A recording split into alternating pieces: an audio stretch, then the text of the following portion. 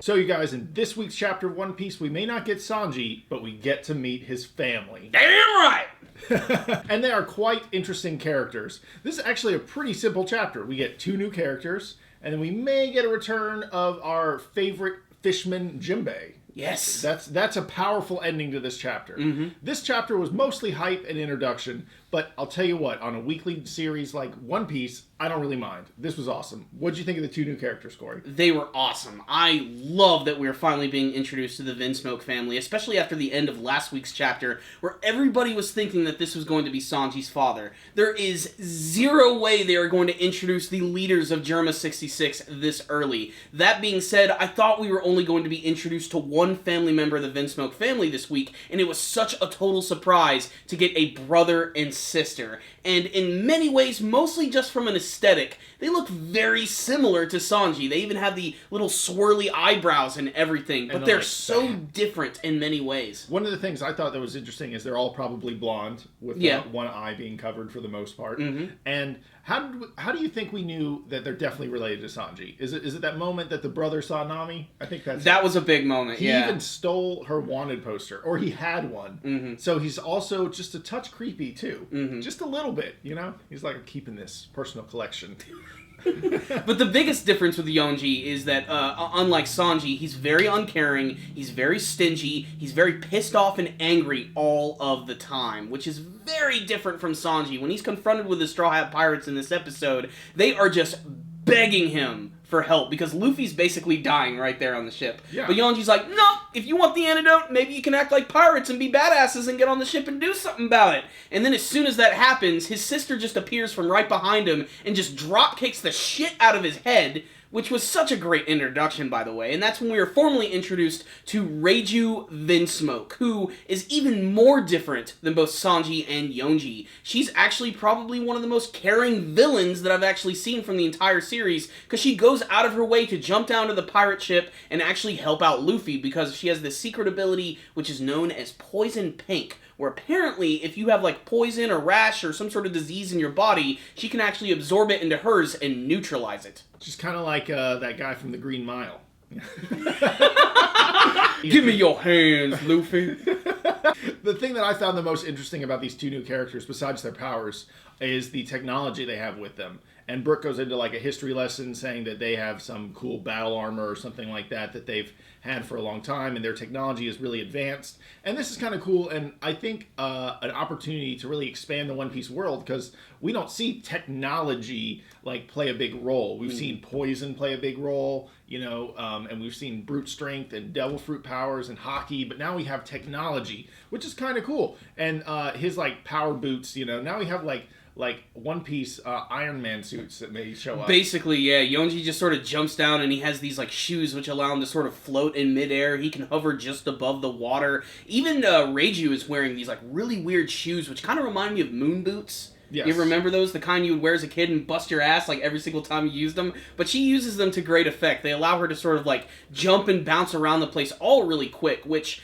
This is going to bring up a lot of mystery about these characters. Like, are they relying entirely on their technology, or is that, like, that Poison Pink some sort of devil fruit ability? Well, it's also interesting because they are assassins, so maybe they are very trained, very skilled fighters that just also use this technology to, you know, battle devil fruit users and hockey users and things like that. So we'll see how they all play. I have a feeling that they're all very strategic fighters. I don't think they're brute force kind of fighters. Like, assassins don't use brute force. Like, that's not really their style. This is One Piece, so there may be a huge brother that's, you know, giant that does punch through things. But I'm kind of seeing more of a technique or a technical style with these characters when we actually get into their powers and what they do.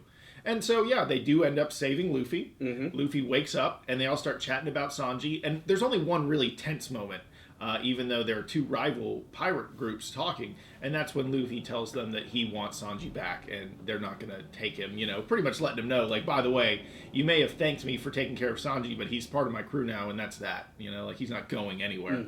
And that's kind of where they actually decide, hey, let's just forget we met, and we're going to go to the wedding, and best of luck finding your way there. Peace out. You know? It's better in their interest if they do this. Otherwise, they might end up pissing off like one of the other rivalry sides. Maybe Big Mom wouldn't be too happy about the things that are going on here, roughing up the Straw Hat crew.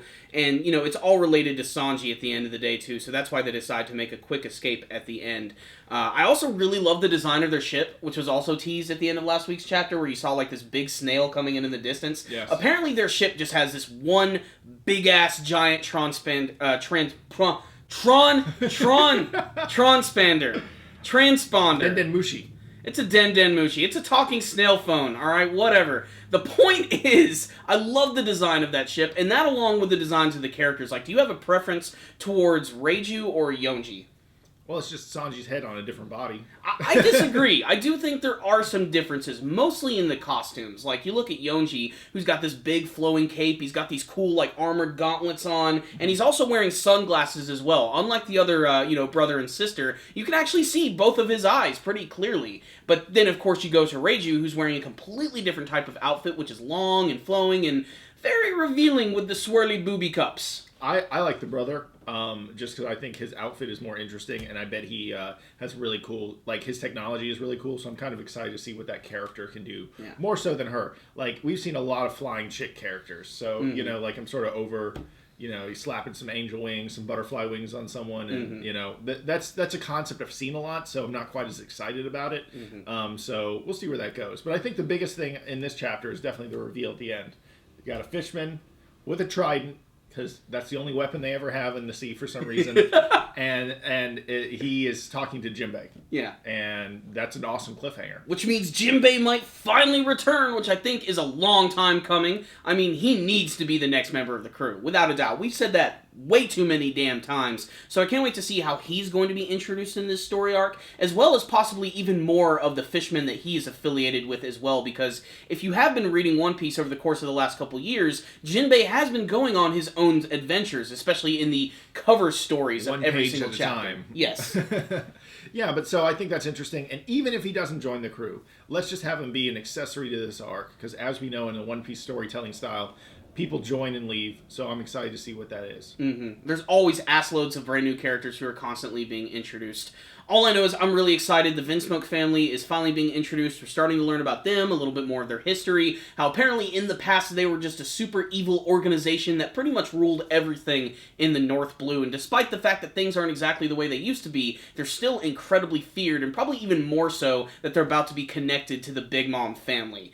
Yonji is awesome. I love his design. I think it's really cool. I like the fact that his hairstyle is completely different as well from Sanji's. It's got like this weird point. He kind of looks like the bastard love child of Callie the Neutrino from Teenage Mutant Ninja Turtles and Present Mike from My Hero Academia. He just looks really damned awesome. I love that character. And Reiju herself is also really cool because she's super sexy, she's super awesome, and she has a unique power that we've never seen from the series. So just so much hype and a lot of humor from this chapter, especially from Chopper and from Brook. Brook being extremely disappointed that Reiju is not kissing him. That was a really funny moment, too. I just loved all of that. It's something about Brook, like those lines just never get old for some reason. Even though they're creepy, out of context. If I asked the girl to show me her panties, I'd probably get arrested. I'm still kind of not over the weirdness of Brook. Like, every single time I'm always reminded, that's a talking skeleton with an afro. It's always really funny to me, and his jokes, like you said, they're kind of overplayed, but they always do manage to put a big smile on my face. So, simple chapter, but really exciting in the fact that we got two characters introduced, and we had an amazing cliffhanger ending. I loved this week's chapter of One Piece. I'm giving it a 5 out of 5. Yeah, I'm going to tell you guys what. I got pumped again about One Piece, because, this arc has been fun, but I'm we were going to have 10 chapters before anything really happens. But they didn't waste any time introducing the Vinsmoke family, which I think is one of the most important things. Because if they just, waited to hide them so long, I'm now excited about seeing Sanji's family. They did it right. They're now just showing you just a few members. Like you said, it would be way too early to show everyone, So it's nice. And I want to give this one a 5 out of 5 as well. I'm pumped about next week.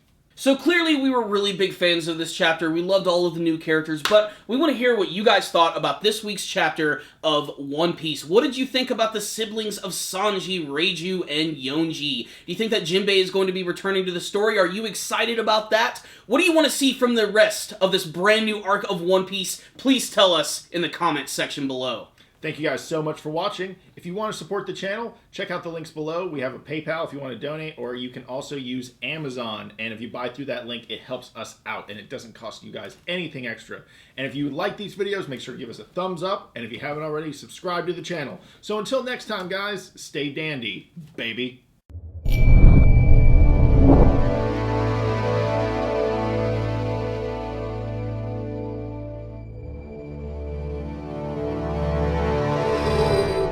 Can we point anymore? I think we pointed a lot at the end here. Yeah, we do point a lot.